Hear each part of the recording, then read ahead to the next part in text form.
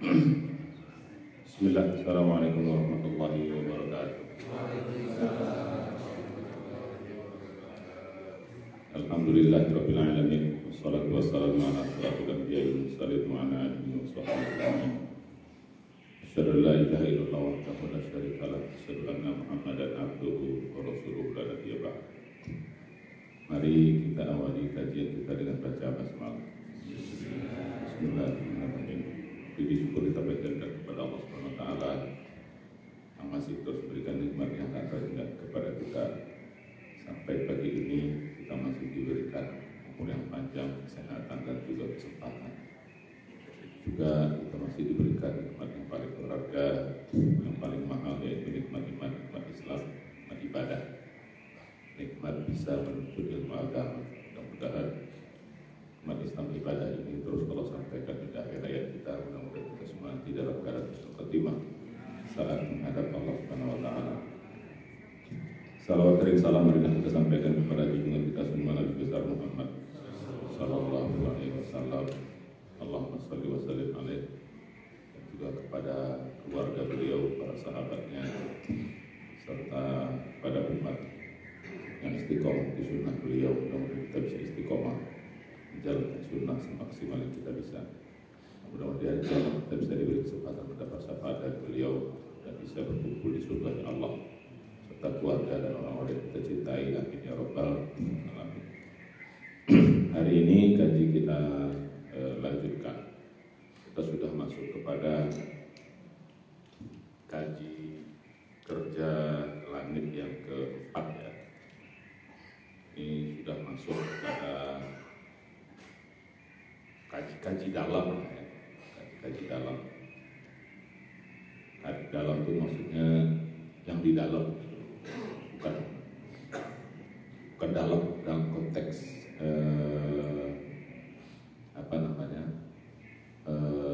arti, dalam konteks pembahasannya ya. Mari kita sudah bahas yang keempat itu kerja langit, yang keempat itu adalah ikhlas ya. Kerja langit itu kita kemarin kerja langit sama dengan kerja rohani ya, atau kerja hati istilah kita. Jadi hati ikut kerja, rohani ikut kerja.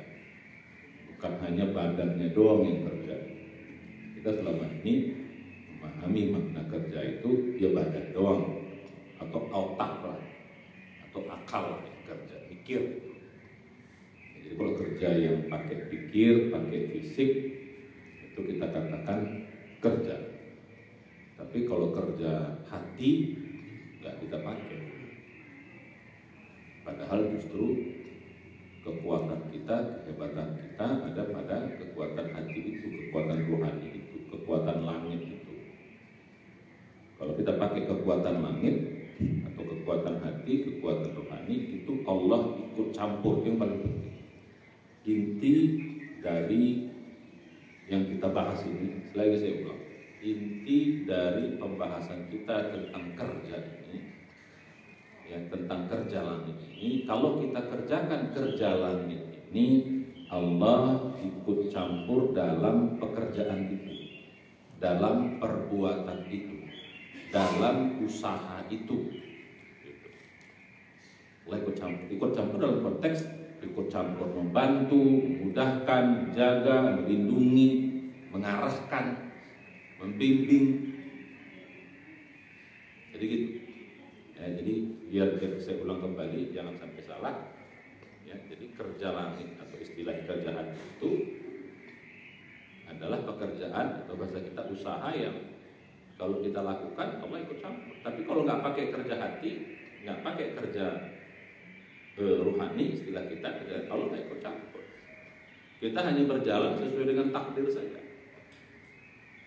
Apa yang ditentukan takdir Allah kepada kita, itulah yang kita dapat. Kalau nggak ditentukan, kita nggak dapat. Takdir dalam arti umum ya. Kan kemarin itu kita sudah bahas takdir itu ada 3 ya. Ada takdir umum, ada takdir khusus, ada takdir yang sangat khusus. Nah, jadi takdir umum saja. Artinya takdir umum itu takdir yang logik saja gitu. Ya. Atau bisa kita takdir yang sesuai dengan sunnatullah secara umum. Dulu kan juga Yang namanya sunnatullah ada sunnatullah secara umum, ada sunnatullah secara khusus, ada sunnatullah yang lebih khusus lagi, yang sangat khusus. Kalau yang umum itu yang logika kita nyampe, gitu loh. Kau lakukan A, kau dapat A, kau tinggalkan ini, kau itu logika kita nyampe. Itu bahasa kita sesuai dengan logika, sesuai dengan hukum alam. Itu juga. Tapi kalau itulah yang saya bilang kemarin, bahwa Allah menentukan itu berdasarkan apa? Keadilannya. Enggak. Rezeki yang kita bahas. Rezeki itu ada 3. Ada karena rahmannya, karena adilnya, karena rahimnya. Ya, kalau karena adilnya, itulah yang kita bahas. Itulah sunnatullah yang berdasarkan akal kita, logika kita nyampe. Itulah yang karena adilnya Allah. Kalau karena rahmatnya, ya kita bahas kemarin, Allah memberikan tanpa kerja kita, disampaikan rezeki sampai kita karena takdir umum lagi-lagi. Karena Allah Maha Rahman, ya kita diberi hidup. Karena Allah Maha Rahman, jadi begitu. Nah, yang kalau takdir yang khusus, nah itu yang saya bilang tadi, sunnatullah yang khusus. Nah, inilah yang harus ada usaha-usaha dunia, usaha-usaha akhirat, usaha-usaha agama. Inilah yang Allah berikan kepada kita karena rahimnya, dan ini yang paling hebat. Nah, balik kepada kajian kita. Jadi kerja langit ini kalau kita kerjakan, maka Allah ikut campur di situ. Ikut campur apa tadi? Membantu, ya, menolong, membimbing, jaga, apa aja, memudahkan.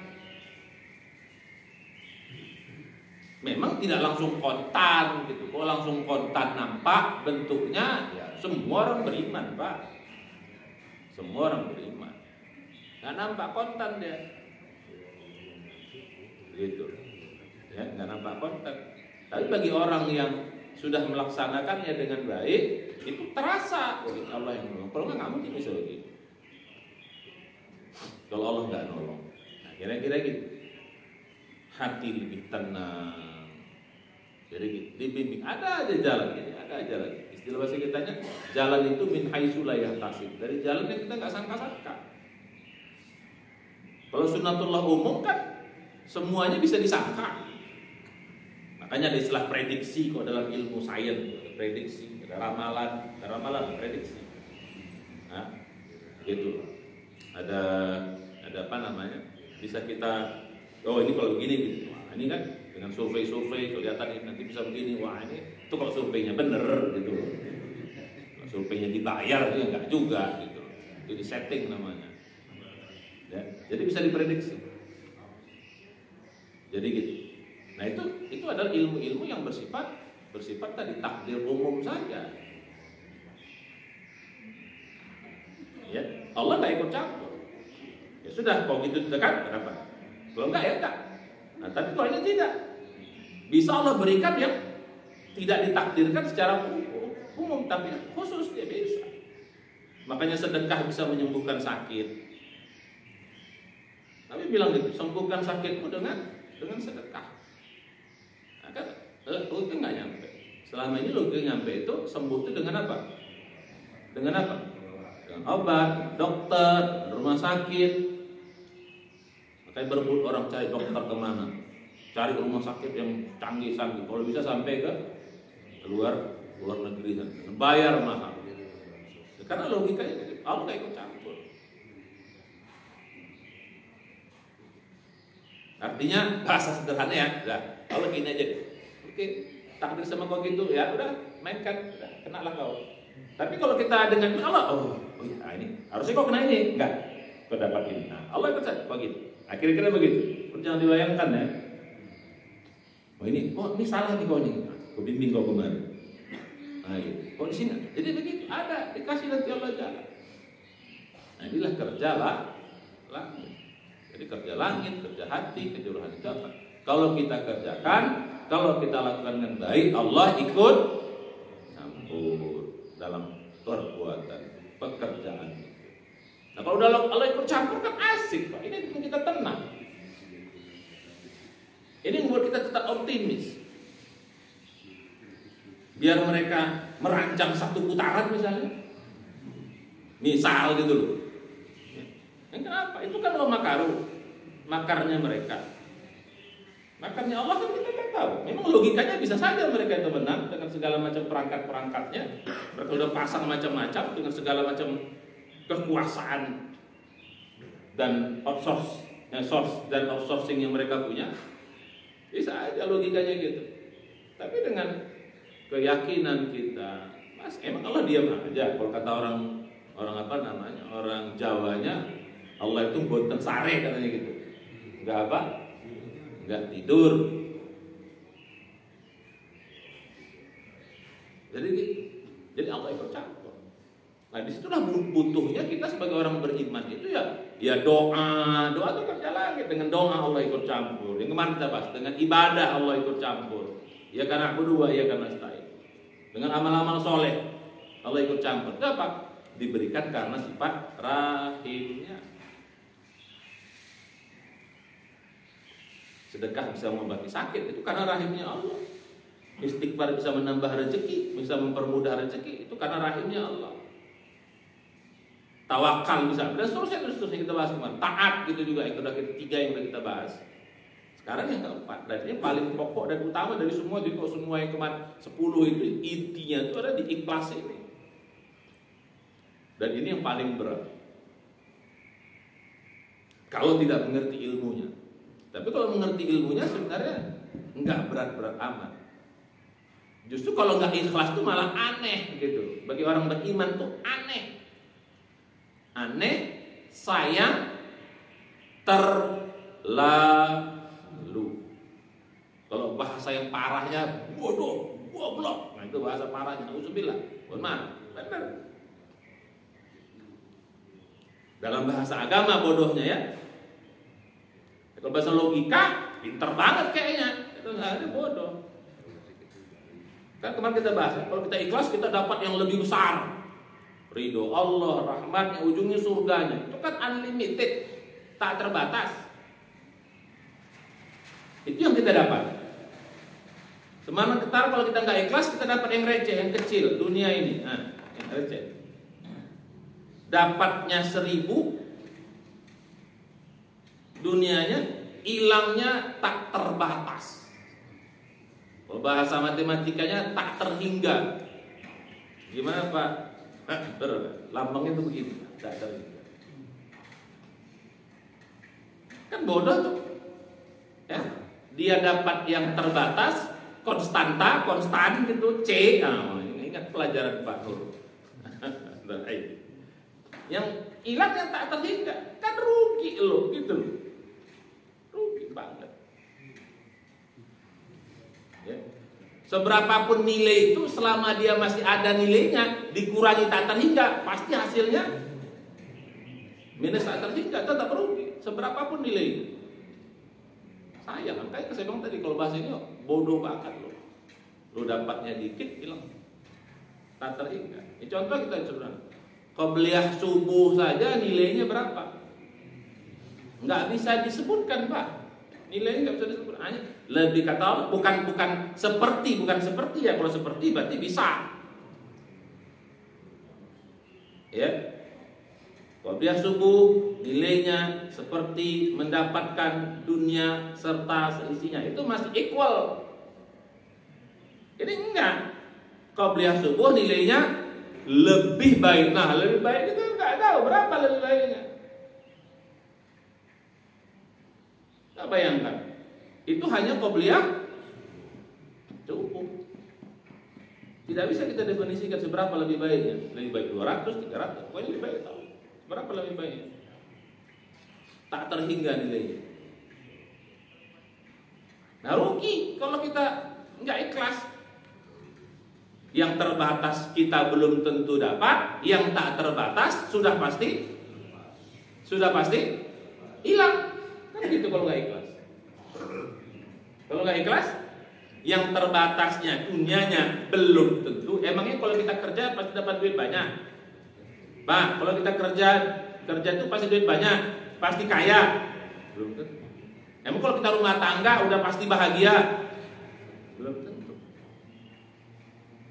Memang kalau kita jaga kesehatan udah pasti sehat. Rajin olahraga udah pasti sehat. Ada waktu rajin olahraga umur 38 mati, meninggal. Olahraga waktu kalau proses waduh makan sehat mati udah dia.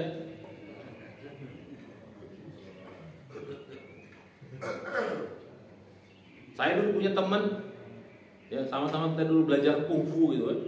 Kemudian dia tamat, saya nggak tamat gitu. Sakit capeknya, badannya Pak, cakep. Kalau tarung sama dia bagus lari aja deh. Dia dikeroyok 5, dikeroyok 10 nggak takut dia. Pokoknya sekali hajar jatuh sama dia. Yang kata badannya apa?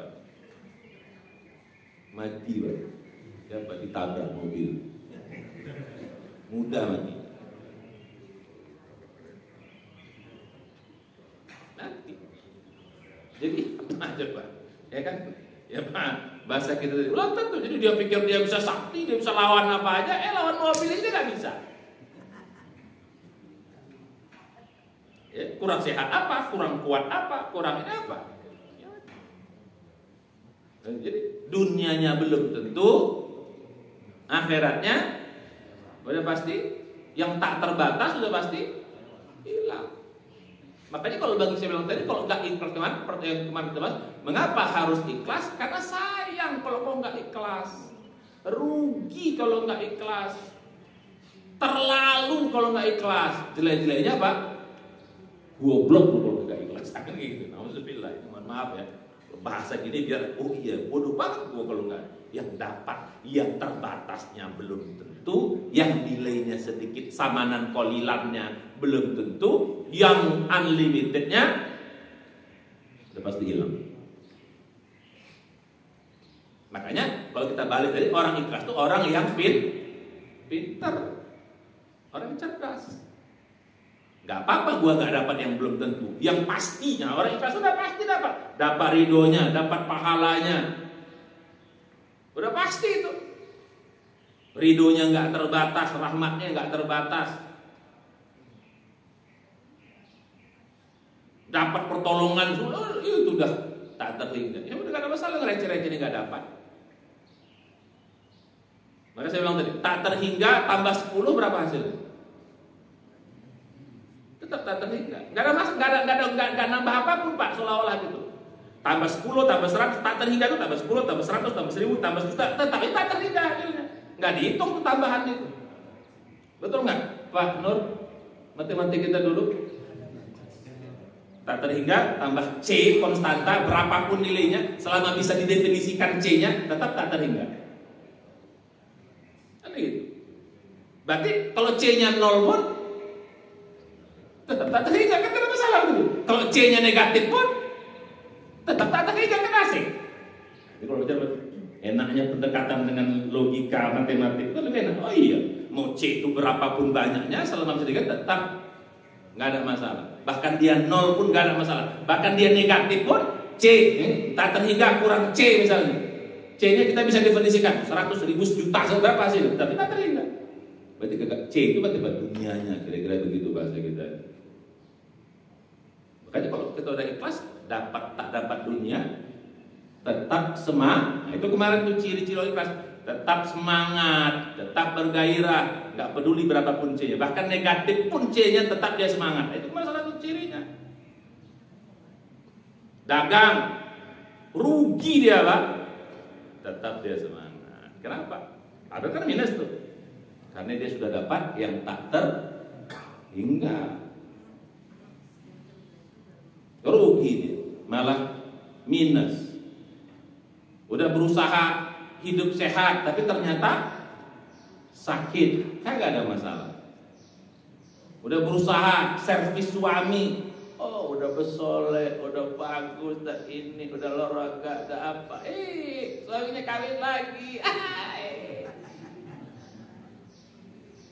nyesel aku kata gitu ibu kalau gitu. Kagak ada urusan bang, itu urusan abang sama Allah. Boy, ya ikhlas begitu, dahsyat. Ya Bu, bisa gitu nggak Bu? Berat. Nah jadi gitu, mau dia plus berapapun banyaknya, Mau dia minus pun nilai dunia, selama apapun dunia itu pasti terbatas. Berapapun besarnya dunia ini. Kita nggak usah jauh-jauh, kita lihat aja bumi. Sehebat apapun ada yang di bumi ini terbatas semuanya, bisa kita timbang berapa ininya dibandingkan dengan alam semesta sana. Apa ya dunia? Bumi lah kan. Seluruh apa yang di dunia itu kan apa yang ada di bumi itu serta isinya kan, kejadian-kejadian. Cetek banget. Sama dengan qalilan dalam bahasa Al-Quran. Jangan kita korbankan yang akhirat yang tidak terbatas dengan samanan qalilan, hanya harga yang sedikit. Balik pada kaji kita. Agak suara udah mulai habis. Terakhir kemarin kampanye terakhir full. Suara udah. Sebenarnya mau libur. Nah udah maksimal. Cuman Ustadz Ahmad, Ustadz jangan lupa. Saya pikir Ustadz Ahmad lupa. Kalau Ustadz Ahmad lupa sih lupa juga tuh. Bablas. Ustadz jangan lupa. Jam berapa? Jam 11 atau jam 10 tuh Ustadz Ahmad? Jam 10 ya. Jadi teringat juga jadi. Kalau mau Ustadz adalah udah gempor mau tidur bulan. Oke, ya mudah-mudahan ini ikhlas juga cari ridho Allah Subhanahu wa taala. Ya, tetap semangat walaupun capek tetap semangat gitu kan. Kok pakai dunianya udah mau golek aja sebenarnya. Jalan Pak, bayangin berapa kilo tuh jalan, mobil nggak bisa Pak. Kami parkir 4 kilo Pak. Saya masih bisa lumayan naik karena bawa keluarga kan lumayan bisa naik motor apa. Anak istri yang ikut tuh jalan kaki orang itu 4 kilo. Jalannya berapa? Ya hampir 1 jam 45 menit katanya jalan. Apalagi pulangnya lagi oh Allah, ini orang jam berapa lagi pulang naik mobil dia? Sebelum maghrib, asar udah mulai pecah ya. Kan pulang kita kan zuhur ya. Asar tuh baru mulai pecah apa namanya? Mobil itu bisa jalan. Saya ada lagi, setelah itu habis lagi ada kegiatan lagi sampai jam malam. Nah, baru ini balik tadi. Tetap semangat. Coba kemarin saya bilang 4 ciri. Makanya ikhlas itu dia di dalam Pak. Nggak bisa kita bilang kok ikhlas, nggak bisa Pak. Karena dia dalam, nggak bisa kita lihat. Tapi dari ciri-cirinya bisa kita tahu, bisa kita duga. Walaupun ini hanya buat diri kita ya, nggak boleh menjudge orang lain. Karena hakikat dalamnya kita nggak tahu. Mungkin saja luarnya kayaknya kayak seperti yang kita ciri-ciri yang tak ikhlas, tapi bisa jadi dalamnya Allah Maha tahu. Artinya dia udah the best banget tuh yang begitu tuh. Nah, sedikit kan Allah tuh kan penilaiannya Pak sangat luas Pak. Mungkin menurut kita nilai cuma 1. Tapi karena 1 tuh dia udah the best banget, Allah bisa menilainya 1000, bisa 1 menilai lebih tinggi dari kita. Kalau kita kan enggak. Menilai kan apa yang nampak. Tapi kalau Allah kan tidak. Makanya jangan sekali-kali menjudge amal orang Pak. Kita nggak tahu. Bisa jadi menurut kita remeh, tapi di sisi Allah itu besar sekali. Ya jangan remehkan amal orang. Bandit itu apa? Masuk neraka itu belum tentu. Ujungnya dia tobat. Atau banditnya dia itu udah berusaha baik tapi masih bandit begitu. Padahal udah berjuang mati-mati dan begitu juga dia masih. Walau naus. Siapa tahu. Setiap dia berbuat jahat dia tobat. Tapi bikin lagi nggak bisa dia berbuat. Walau siapa nggak tahu. Balik pada kaji kita. Nah kemarin kita udah bahas tentang ada udah 3 pembahasan. Ikhlas itu kan 4. Pertama definisi ikhlas sudah kita bahas. Ya. Sudah kita bahas. Mengapa harus ikhlas sudah kita bahas kemarin tuh. Mengapa kita harus ikhlas supaya kita dapat yang tidak terbatas. Kan gitu. Sayang kalau nggak ikhlas. Ya. Kalau ikhlas tuh hati kita lebih senang, lebih tenang. Orang ikhlas tuh hatinya tenang. Katanya itu tetap karena harapannya yang pasti. Jadi kalau ikhlas itu dapatnya pasti. Makanya kita tetap tenang. Terus kita juga udah bahas tentang ciri-ciri ikhlas. Ciri-ciri luarnya bisa kita duga. Yang 4 kemarin. Nah saya tambah 1 lagi, ada yang kelima. Setelah saya lihat YouTube itu kurang 1. Nah itu gunanya YouTube begini. Jadi sebelum saya ngasih saya buat ternyata kurang 1. Nah, saya lihat ada 4 ciri-ciri ikhlasnya, ternyata ada yang kurang 1. Ya. Jadi ciri ini hanya bersifat zahir yang bisa kita nilai dan juga bisa menilai diri kita. Okenya gua belum Islam. Kok gua masih begini kan gitu. Nah, kemarin banyak yang saya lihat YouTube-nya cuma 27, berarti banyak yang belum nonton. Kita lihat tuh Pak, oh berarti yang nggak hadir nggak nonton sedikit. Nah, kita ulang lagi yang hadir, jangan-jangan nggak nonton. Udah nggak nonton, udah nggak ikut pun nggak nonton. Nah, nambah ilmunya. Kalau nggak ikut nonton Pak, oh ya nggak apa-apa, ya, dapat ilmunya dikit. Ya, nah jadi kemarin sudah kita bahas ciri-ciri. Ya, yang pertama kemarin tuh yang namanya ciri-ciri ikhlas.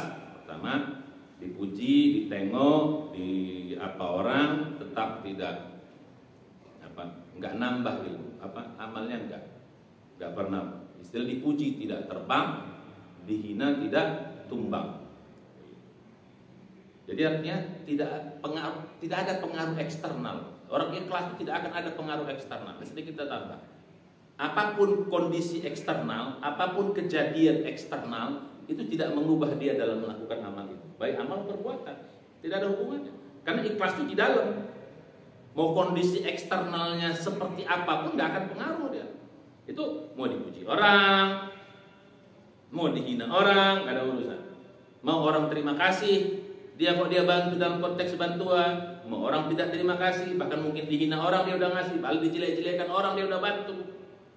Nggak ada urusan. Kalau kita kan enggak. Kalau kita bantu orang, dia nggak terima kasih kan pengaruh. Apalagi kok itu udah kita bantu dijelek-jelekan kita di belakang sana. Nah, mungkin nanti kita bantu. Sorry ya kita bilang. Akan ada pengaruh. Begitu. Sorry. Terkenal tuh sekarang. Gara-gara politik ini banyak dosa kita. Banyak istighfar Pak. Ya. Begitu. Jadi balik kita kepada kaki kita. Jadi nggak ada urusan dengan kondisi. Mau dia susah, mau dia senang, karena kalau kita kan nggak tergantung kondisi.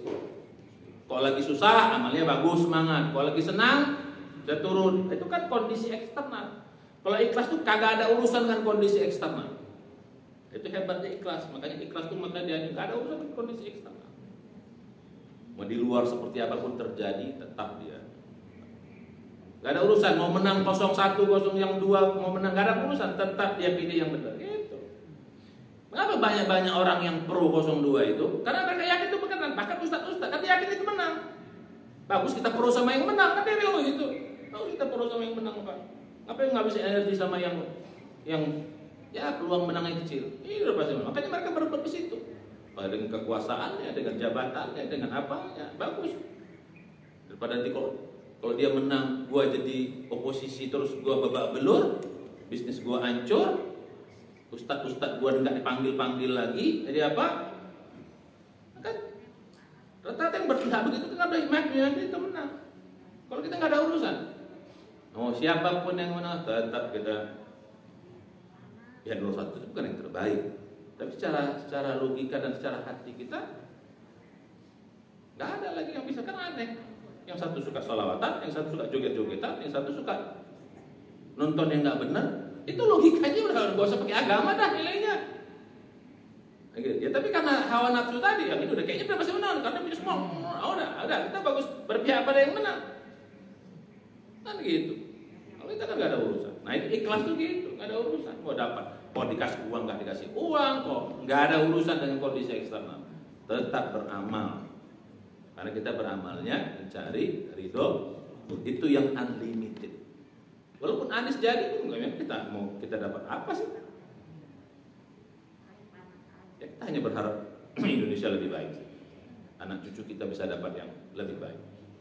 Nah, itu saja harapan kita. Ya, dari balik. Kalau ikhlas tuh gitu, nggak ada urusan kondisi eksternal. Jadi mau dipuji, mau apa nggak ada masalah. Tetap. Mau ditengok orang, mau rame, mau sedikit, mau sendiri juga tetap beramal. Mau senang beramal, mau susah pun beramal, nggak ada masalah. Nah itu kemarin. Nah ini membuat ikhlas itu betapa hebat, powernya dahsyat. Yang kedua kemarin, ya orang ikhlas itu apa? Ada nilai dunianya, tidak ada nilai dunianya, tetap dia kerjakan, tetap dia semangat. Bahkan negatif nilai dunianya pun tetap dia semangat. Bahkan negatif. Nah, selama ini kita kan enggak kan, kalau ada untungnya baru kita berbuat kan. Mengapa pilih 02 kan ada untung dunianya kan di situ kan, ada ini dapat macam-macam. Ya kalau saya Pak gabung di situ Pak udah nambah Alphard saya satu apa kayak. Orang yang baru-baru ketemu aja dapat Alphard kok. Bagi macam kita kalau kita mau, tapi kan bukan untuk itu kita. Buat itu. Nggak akan mau kita ceramah di receh-receh macam model begini. Kalau kita mau. Cuma apa gunanya sih dunia yang sedikit itu? Udah konsisten kita selama sekian puluh tahun. Kan anak saya nanya gitu Pak. Pak nanti kalau Papa, di saya tersentil sama anak. Papa kalau Papa nanti misalnya ini tiba-tiba dapatlah dunia ini, gimana? Berubah nggak? Kalau nggak dapat sih nggak ada masalah kan? Karena saya paling kecil Pak, bertanya dia sama saya begini. Karena berubah nggak? Kalau udah tiba-tiba dapat kekuasaan atau apa? Ini kan main politik, bukan nanti ujung-ujungnya kekuasaan. Kalau dapat kekuasaan kan dapat semuanya, dapat harta lah. Tadi begitu dapat tahta, dapat harta sama dapat apa Bu? Dapat wanita, dapat Toyota, dapat kok Alphard itu kan Toyota. Nah jadi gitu. Anak saya nanya gitu. Gimana cara menjawabnya? Gimana cara jawab? Enggak lah bapak itu. Coba gimana cara jawab? Mungkin, apa cara Pak? Saya bilang gini aja. Sampai detik ini bapak kau masih bisa konsisten sampai umur 53 sekarang ini. Udah mau game over lah ke sana, udah berat. Udah sore. Belum maghrib, udah maghrib nih. Tinggal menuju malam. Maghrib itu kan udah agak remang-remang mau gelap. Kalau kita masih sore lah, masih terang-terang lumayan. Sampai saat ini bapakku masih bisa konsisten. Masa tinggal dikit lagi aku gak konsisten? So habis itu juga mati. Tinggal dikit lagi. Apa sih dunia ini? Ya, kalau bapakku mau cari dunia, ngapain aku capek-capek di situ? Bagus aku gabung 02 ya udah selesai. Dapat apa juga enak. Itu apa dunia? Sebentar akan kita tinggalkan. Nah itu. Jadi gitu Pak. Jadi apa bahasa kita?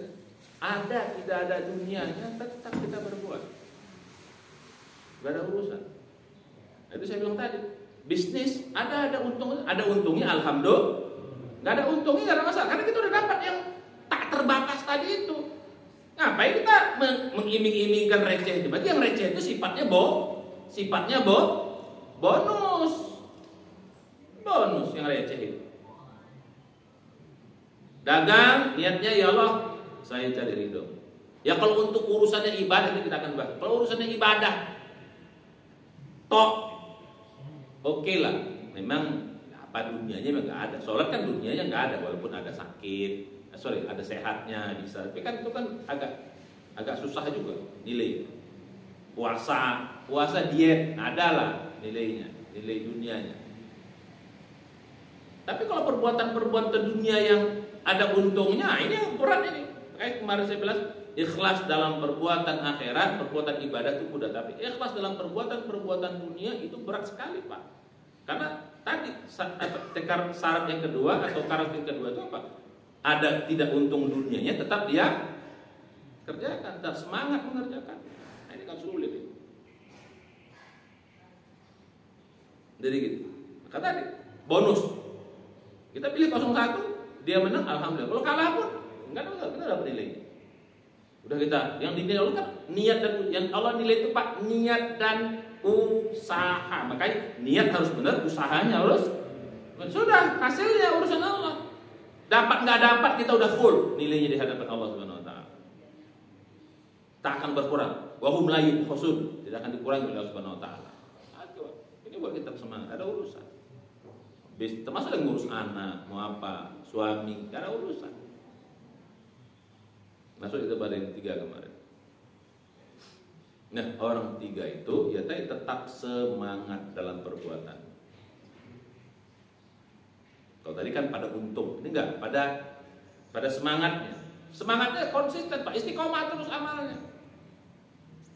Kasih bilang tadi, gak ada urusan, tetap semangat amal perbuatan. Tetap istiqomah. Kalau kita kan enggak, tergantung situasi dan baru yang keempat kemarin apa? Nah tadi usahanya harus sesuai atau perkataannya kan harus sesuai dengan koridor yang Allah berikan. Gak mungkin kita mencari ridho Allah perbuatan yang tidak diridho. Hatta yang makruh pun gak boleh. Gak bisa perbuatan makruh kita cari ridho Allah, gak mungkin Pak. Yang saya bilang kemarin, merokok cari ridho Allah gak mungkin. Merokok itu paling banter hukumnya makruh, paling berat hukumnya haram. Apa sih arti makruh? Coba apa arti makruh? Makruh itu bahasa Arabnya kata kariha atau akroha. Akroha itu tidak disuka atau dibenci. Makruh itu perbuatan yang tidak disuka. Bagaimana mungkin mengerjakan perbuatan yang tidak disuka untuk cari ridho Allah? Kan nggak masuk akal, nggak mungkin. Merokok cari ridho Allah itu ceritanya. Bismillah.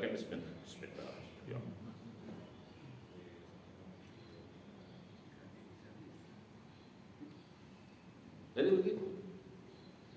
Ya, jadi perbuatan yang dikatakan ikhlas itu harus, saya bilang tadi, koridornya harus sesuai dengan aturan Allah Subhanahu wa Ta'ala. Apa aja perbuatannya? Jangankan yang haram, yang makruh, minimal apa? Mubah. Dalam konteks fikihnya itu mubah. Medsos mubah. Ya, jadi gitu. Balik kita pada yang tadi. Nah, sekarang masuk yang kelima. Nah, yang kelima ini agak berat. Nah, yang kelima agak berat. Ini yang sering kita lakukan.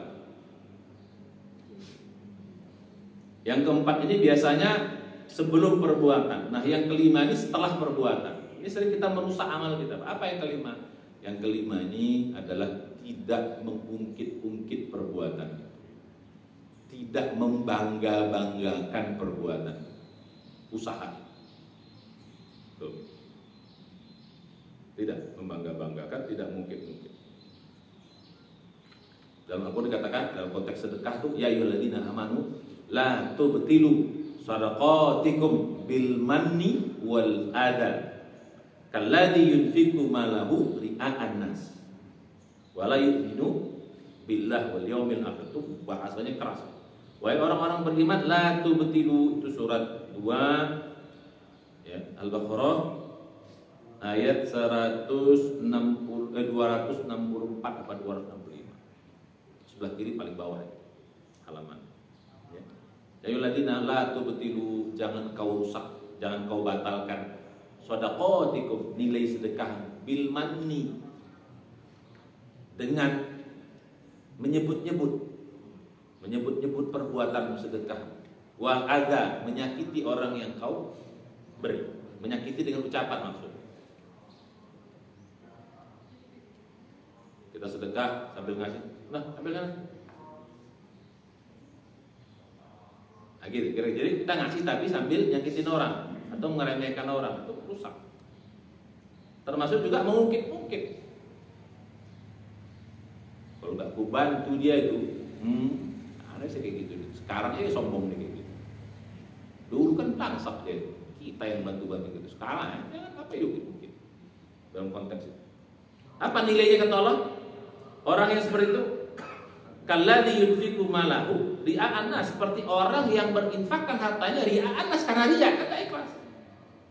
Jadi orang yang seperti ini sama dengan orang yang riya. Orang riya itu kan orang gak ikhlas. Bukan hanya itu kata Allah, wala yu'minu billahi wal yawmil akhir, seperti orang yang tidak beriman kepada Allah dan Rasul, kepada Allah dan hari akhirat. Jadi orang tidak ikhlas itu Pak, dianggap Allah seperti orang yang tidak beriman.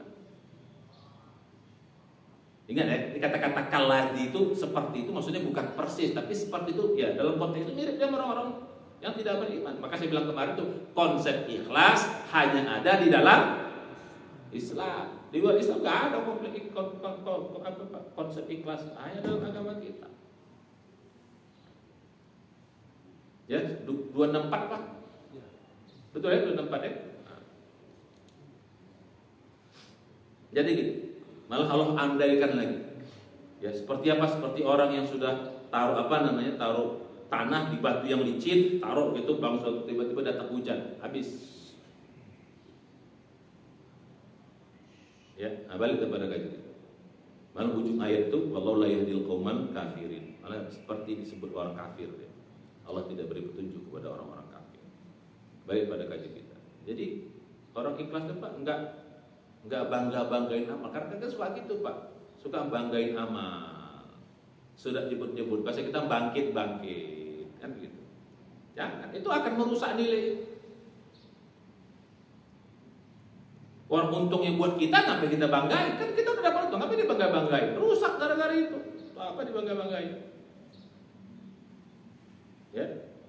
Nah kalau kita balik pada konsep pertama, kalau dapat pun tidak bangga, hilang pun tidak sedih. Dapat pun nggak bangga, hilang pun nggak sedih. Apa pun disedihkan. Nah mulai kita latih sekarang, jangan. Nah tapi kalau membangkit apa, menyebut perbuatan boleh dalam konteks ngajak nggak apa-apa. Dalam konteks mengajak nggak apa-apa. Ya. Jadi gitu. Dalam konteks syiar boleh, tapi bukan dalam, cuman itu agak berat. Makanya infak tuh boleh kita terang-terangan, boleh terang-terangan, gak ada masalah, gitu. Ya, itu bedu sadaqatikum, apabila kau nyatakan sedekahmu fa ni'mahi, bagus kata Allah. Itu lanjutannya itu ayat 271, bagus. Wa in tukhfuha, kalaupun kau sembunyikan, wa tu'tuhal fuqara, kau berikan kepada orang fakir, fa huwa khairul lakum, itu lebih baik. Jadi gak ada masalah. Jadi menyebut kebaikan boleh, tapi dalam konteks bukan membanggakan, tapi dalam konteks ngajakin orang. Ayo mari sini. Nah coba kan karena kita beramal, sekarang ada dunia medsos kan, sedekah, tunjukin. Nah, itu maksudnya apa? Sekarang di TikTokin atau di YouTubein atau di Instagramin, gimana tuh? Itu berat untuk kita. Ikhlas itu berat dalam konteks itu. Kenapa? Apa maksudnya sih disebar itu? Lagi tawaf. Apa maksud? Apa maksudnya? Tengok viewersnya, udah 2 juta.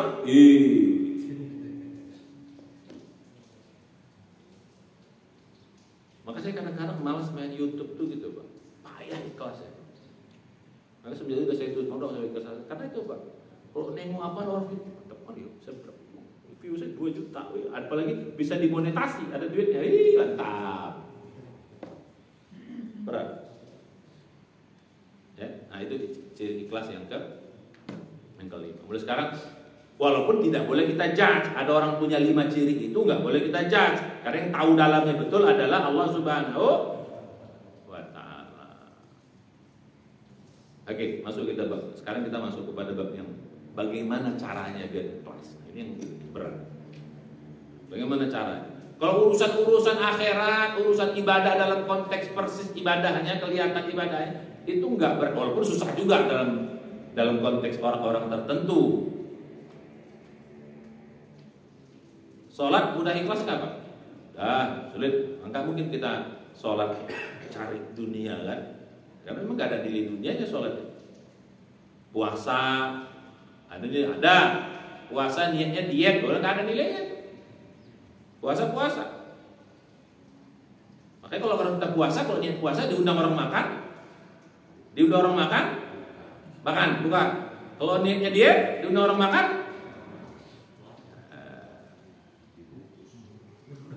dibungkus. Nah itu bagus.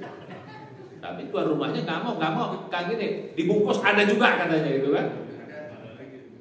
Bab bungkus lain lagi katanya gitu. Oke, masih bisa. Bab haji gimana? Umroh gimana ikhlasnya? Sulit loh Pak. Rata-rata umroh dan haji itu sulit diikhlaskan. Karena dia perbuatan yang paling mudah untuk dibanggai. Ya, salah satu niatnya diucapkan. Yang kedua, memang nggak tahu dari dulu sampai sekarang, karena memang dia ibadahnya beda, khas, spesial. Ya, cara mengerjakannya nggak umum, nggak semua orang bisa. Kalau sholat kan semua orang bisa, puasa semua orang miskin pun bisa puasa, bahkan sering puasa. Sholat orang sakit pun bisa sholat. Tapi kalau haji umrah, nggak semua orang bisa. Itu agak berat. Apalagi kalau mau berangkat hajinya itu udah dipakai apa namanya walimatus safar. sholat, pakai undang-undang orang, pakai ya oke, nggak apa-apa. Tapi untuk menjaga niat kita itu berat sekali. Ya, apalagi dengan dunia sosial sekarang yang semua serba terekspos atau mau diekspos. Nah, termasuk juga banyak kepada sedekah. Nah, sedekah makin lebih sulit ikhlasnya. Ya, kalau kita lihat tuh puasa, sholat, puasa, baca Quran masih, ya zikir masih. Tapi kalau sudah masuk kepada haji, udah mulai berat ikhlas. Sedekah apalagi? Sedekah apalagi? Karena sedekah itu udah uang kita hilang, yang untung orang lain. Oh, itu lebih sulit lagi ikhlas. Maka saya tanya, mana lebih mudah Pak? Menghabiskan uang untuk infak dengan menghabiskan uang untuk haji umroh, mana lebih berat? Infak Pak.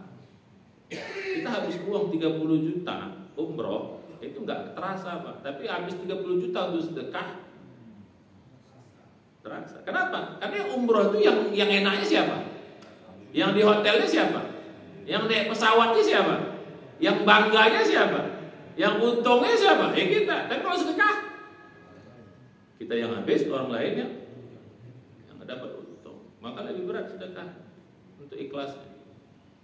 Nah, bagaimana caranya? Itu amal-amal yang jelas akhiratnya, yang jelas ibadahnya. Nah, sekarang kalau amal-amal yang gak jelas ibadahnya, rumah tangga, bisnis, apa lagi? Pergaulan, medsos. Yang paling parah tuh, saya bilang politik. Oh, lebih susah lagi Pak. Kerja, mana kerja ikhlas? Jadi kalau perbuatan-perbuatan dunia yang di situ ada dunianya, 90% ada dunianya, bagaimana kita bisa ikhlas? Lebih sulit lagi ikhlasnya. Apalagi saya tadi politik. Masuk politik cari ridho Allah. Apa kita bilang, Pak, gimana mau politik? Ya saya mau cari politik cari ridho Allah. Itu pengalaman saya, Pak. Itu orang-orang yang bergabung di tempat di partai kita, katanya ikhlas. Begitu kita taruh urutan nomor 3, calegnya ngambek keluar. Itu nggak usah ceritain. Itu kalau kita bicara di partai sekuler, oke lah. Partai Islam. Dari awal udah kita tekankan, mari kita ngambek keluar. Tidak ada penghargaan buat kita yang sudah berdarah-darah dulu deh. Tahu ungkap kok berdarah-darah. Berapa liter darah kau yang udah tumpah? Banyak sekali itu Pak, udah berdarah-darah. Masa dikasih nomor 3? Dia yang ini keluar. Gini, jauh lebih sulit. Ikhlasnya. Kan di situ ada nilai dunia yang besar. Nah ini yang kayak gini-gini ini yang ikhlas saya bilang kemarin yang berat sekali. Kan ya, ikhlas itu kan Allah suka qul inna sholati, dimulai dari sholatnya ikhlas. Wa nusuki, ibadah-ibadah akhiratnya ikhlas. Yang berat itu apa? Wa mahyaya, ibadah-ibadah dunianya. Wa mati, apalagi ikhlas mati. Hampir sedikit orang yang mati itu ikhlas. Rata-rata mati itu karena apa? Terpaksa. Ada yang ikhlas mati ini Pak? Terpaksa. Udah kadung malaikat, nah, ikhlas tak ikhlas, nah lewat. Kecuali pejuang-pejuang yang di jalan Allah yang memang mau cari mati, itu lain. Itu hebat, dahsyat, pantas pahalanya syahid, syuhada. Ya bagaimana kita ikhlas dalam konteks yang dunia ini? Nyoblos 01 ikhlas, nyoblos 02 bisa ikhlas, agak sulit juga itu Pak. Apalagi 03, terlalu itu. Gimana ikhlasnya gitu kan? Mohon maaf ya, itu bukan kampanye, tapi ngasih tahu, biar benar gitu loh. Kok ketawanya kenceng banget itu kenapa? Ustadznya juga saya ngasih tahu, ini bukan kampanye Pak, ini pengajian. Apa ikhlasnya? Nyoblos 002 untuk cari ridho Allah. Coba dibayangkan Pak. Coba bayangkan saya nyoblos 02 untuk mencari ridho Allah. Bayangkan coba. Coba disebut. Saya nyoblos, kalau mau nih 02. Coba. Ketawa nggak hati kecil kita? Prek kata hati kecil kita. Hati kecil kita ngelawan kita, Pak.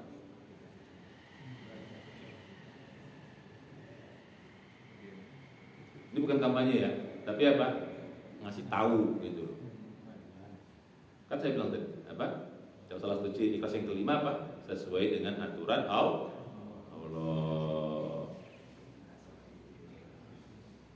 Orang yang paling dekat aja begini, Pak, gitu loh. Masa kalian nggak mikir begitu kan? Mikir nggak nih kalian nih? Mikir nggak nih? Orang yang paling kenal aja begini gitu. Masa kalian kagak kenal nggak nih? Mikir nggak kalian nih? Nggak mikir apa nih? Mikir nggak kalian? Mikir nggak kalian? Pak, Bu, mikir nggak? Setuju? Setuju. Gitu dong. Dia bukan karena ustadznya. Kalau ustadz mau, asik Pak. Ganti itu mobil Grand Max itu udah jadi Alphard. Grand Max yang udah dang-dangnya gitu orang Medan. Cuma Bang Caca yang tahu dang-dangan. Aja dikit. Ya. Jadi lebih sulit ikhlas. Kalau orang, makanya salah satu ciri ikhlas itu akan pasti kita berlaku benar. Kan dia menggunakan hati. Orang ikhlas itu kan ibadah hati. Orang yang selalu dalam perbuatan yang menggunakan hati pasti benar. Karena hati itu akan diberi hidayah sama Allah. Tapi kalau menggunakan otak doang, yang masuk hawa nafsu, yang masuk setan, yang masuk logikanya, ya sudah logika dunianya. Tapi kalau kita pakai hati, masuk Allah turunkan hidayah dalam hati kita. Pasti orang makanya berapa namanya salah satu nanti bisa ikhlas itu banyak menggunakan kekuatan hati kita. Pasti benar. Karena setan nggak akan bisa masuk. Yang masuk itu adalah hidayah Allah Subhanahu wa taala. Makanya orang berumah tangga pakai hati, maka rumah tangganya akan benar. Pakai bisnis pakai hati, bisnisnya akan benar. Politik pakai hati, politiknya akan benar. Apa aja, menyoblos pakai hati, pasti benar. Gak ada urusan siapa yang menang, tapi saya benar. Karena nanti dia setelah jadi dia mau itu bukan itu beyond our responsibility, di luar tanggung jawab kita. Kan yang dinilai Allah apa? Niat dan usaha.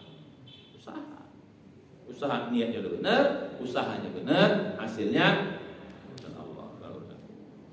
Baik daripada itu. Ya. Jadi lebih sulit untuk ikhlas dalam urusan-urusan. Nah sekarang tetap bagaimana caranya biar kita bisa ikhlas? Satu, caranya Pak, fokus kepada tujuan. Untuk bisa ikhlas itu harus selalu fokus pada tujuan. Makanya orang ikhlas itu selalu sadar, hatinya hidup terus gitu. Fokus pada tujuan, hidup terus. Akalnya tidak mengambil kontrol hidup. Sekarang kita kan banyak hidup kita diambil kontrol oleh akal kita. Akal itu ada dua, ada alam akal sadar, istilahnya alam sadar, conscious, ada yang subconscious, alam bawah sadar. Justru paling banyak itu akal yang bawah sadar. Itu yang menguasai hidup kita. Tidak kita Pak, yang menguasai hidup kita adalah hati. Jadi fokus kepada tujuan. Makanya orang ikhlas itu sadar terus. Karena makanya terjaga dia. Makanya saya bilang kemarin ciri dia akan selalu terjaga. 4 dan 5 ciri akan terjaga dia. Maka dia akan selalu conscious, selalu sadar terus. Mau makan, ini makannya halal enggak? Enggak. Tetap. Kalau kita kan enggak makan ya berarti udah biasa kita makan, enggak peduli halal haramnya kan gitu. Selalu berbicara begitu. Jadi ikhlas itu fokus pada tujuan. Apa tujuan kita? Apa tujuan ikhlas? Cari ridho Allah yang tak terbatas nilainya. Fokus di situ dan selalu sadar di situ. Fokus dan sadar. Jadi setiap mau sholat, ya Allah, aku sholat ini cari ridhomu ya Allah. Ya, cari ridhomu atau pahala darimu yang tak terbatas nilainya. Hanya itu. Tidak ada yang lain. Jadi nothing else, tidak ada yang lain. Fokus di sini. Mau apa? Dimulai dari tadi sholatnya, latihan di sholatnya. Ya. Terus fokus lagi apa? Mau sedekah gitu. Ya Allah, aku sedekah ini Makanya dalam konteks fokus ini niat itu harus ditanam. Harus ditanam, Pak. Biar kita fokus, harus ditanam terus. Mau sholat, pasang niat. Makanya para ulama mewajibkan niat itu menjadi rukun dari ibadah. Rukun dari sholat, rukun puasa, rukun haji, termasuk rukun sedekah. Tanam. Jadi sebelum sholat, ya Allah aku sholat. Begitu mau puasa, aku puasa. Mau sedekah, ya Allah aku sedekah itu cari ridhomu.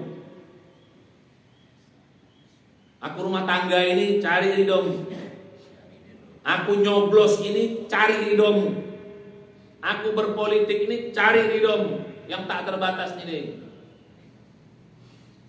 Aku bisnis ini cari ridhomu yang tak terbatas ini. Harus fokus kepada tujuan. Nah kalau itu ditanam terus, tanam lama-lama kan tumbuh dia, Pak, ngakar dia terus. Pertama mungkin dia di sini, desa kita jadi ya, lama-lama kan masuk ke dalam bawah sadar kita, masuk ke dalam hati kita. Begitu ketanam di hati sudah. Jadi satu, tanam dan fokus.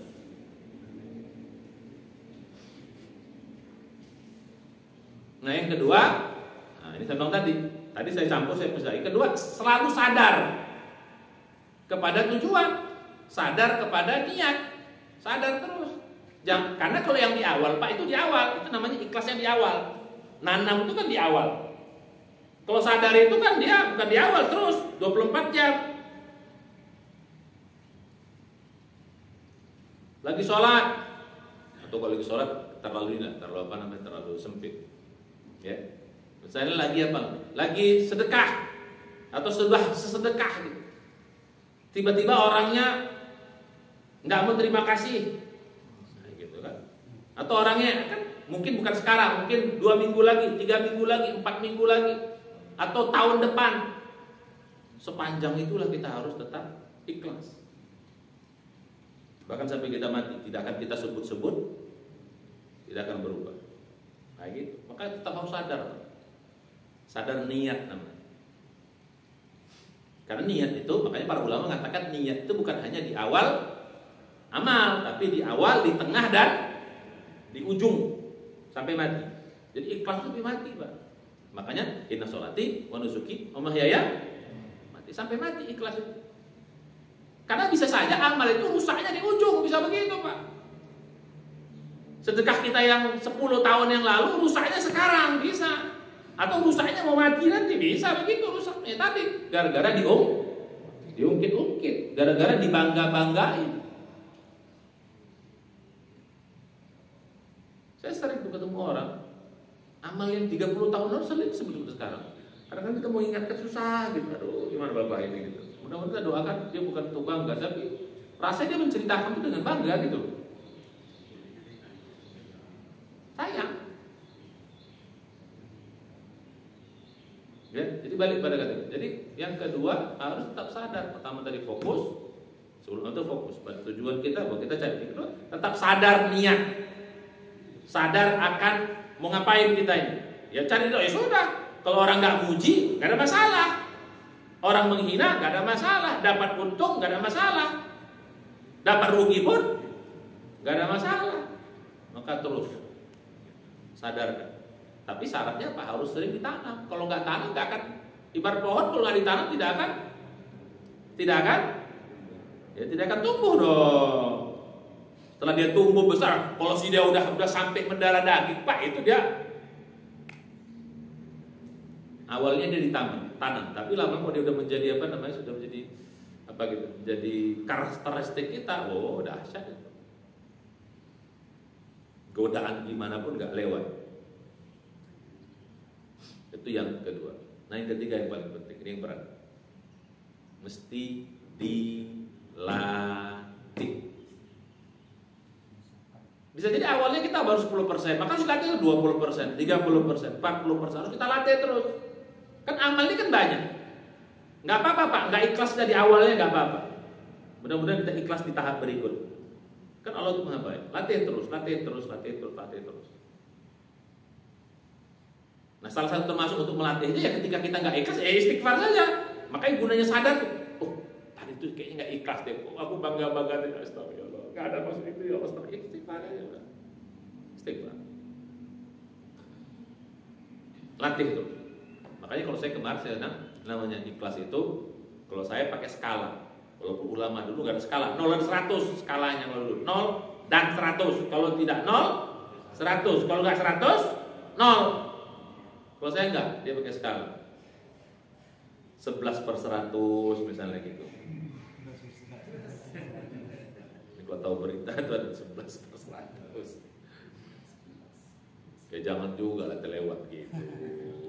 Ya, kasihlah poin sedikit, 45 lah gitu kan.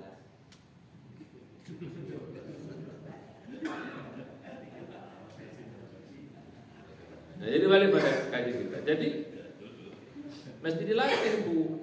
Karena bisa jadi awalnya kita, ya saya tadi bertingkat, ikhlasnya baru 20%, 30%, terus sampai akhir mendarat di 100%. Nah ini yang kalau dari dasar saya bilang tadi, nggak akan tergoda, udah jadi benteng. Makanya setan itu paling takut sama orang yang ikhlas. Kalau udah ikhlas nggak bisa digoda setan Pak.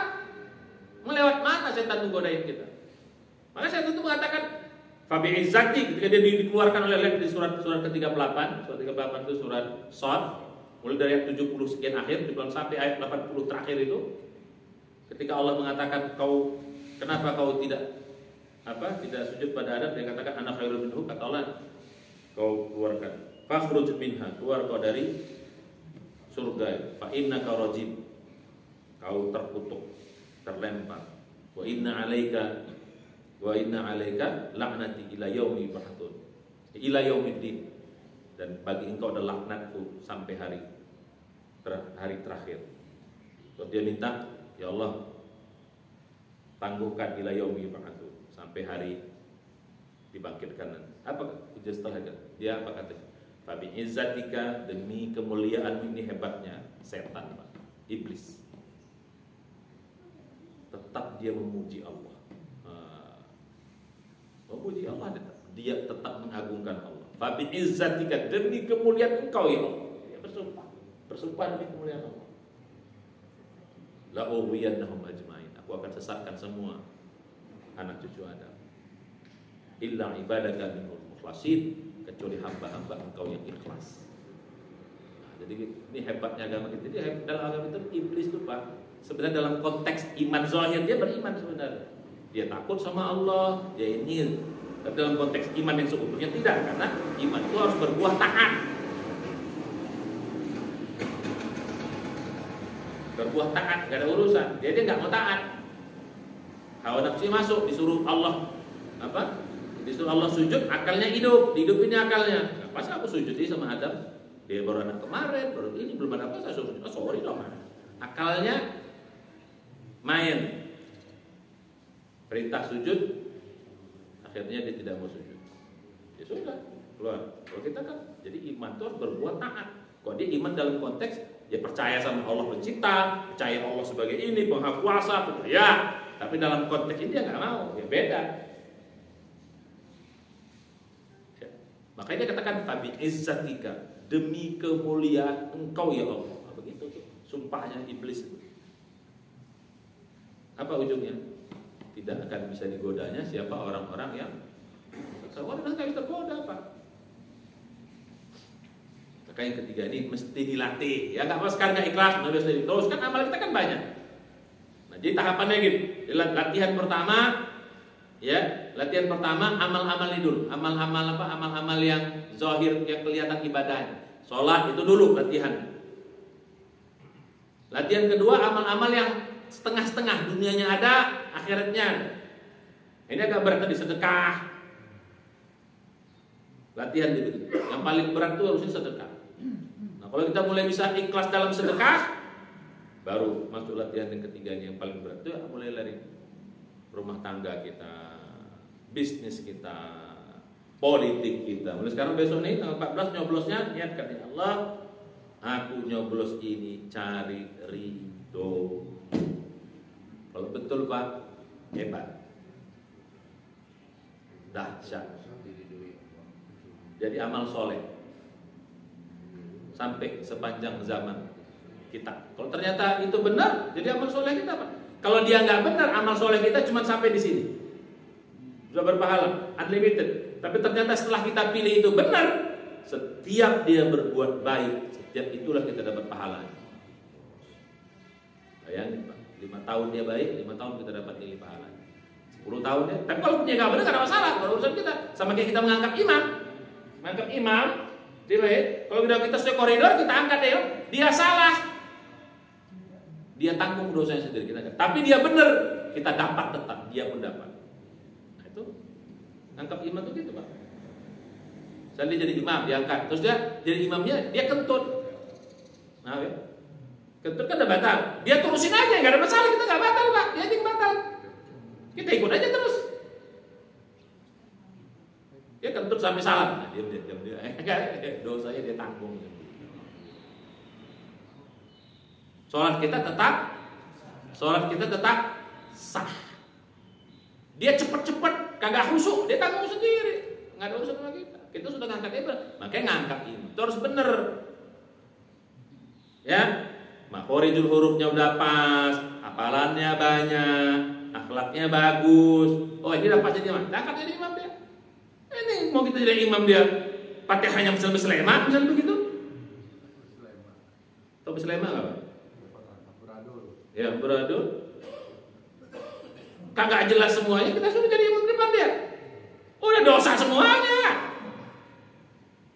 Jadi kalau udah kita sesuai kriteria, ternyata dia salah jadi imamnya, urusan siapa? Dosanya dia tanggung sendiri. Kita sudah lepas dan kita tetap sudah berpahala.